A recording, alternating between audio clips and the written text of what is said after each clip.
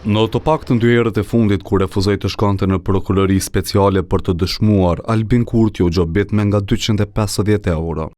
Dënojnë mu nga një herë, po mos mërzitni jo.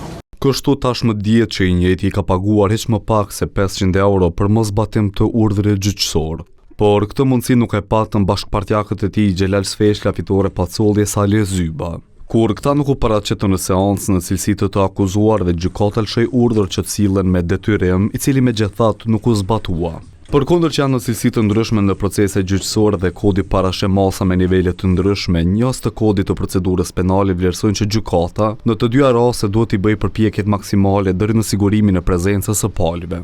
Gjithë qytetarët para ligjit, pra nuk shoh asnjë mundësi që ndaj të njëjtëve të trajtohet, të ketë trajtim me 2 standarde, por duhet të trajtohen si çdo qytetar i vendit, si çdo zyrtar tjetër publik. Në fakt, kodi i procedurës penale ka specifikuar qartë masat që duhet merren ndaj të dyja palëve. Neni 132 për dëshmitarin pas masës së gjobës parasheh edhe burgim.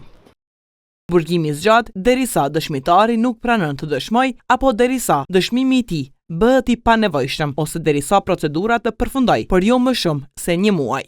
Kështu, për faktin që Kurti nuk po e pranon ftesën e prokurorisë as pas gjobave, vlerësohet se duhet të zbatohet në plotësi kodi i procedurës penale.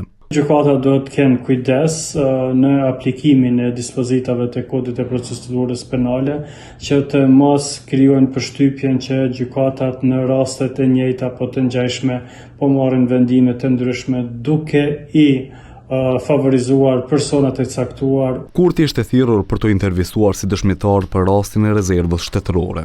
Për këtë rast tashmë janë intervistuar disa ministra dhe koordinatorja e komiteteve në lëvizjen vetëvendosje Dejona Mihali.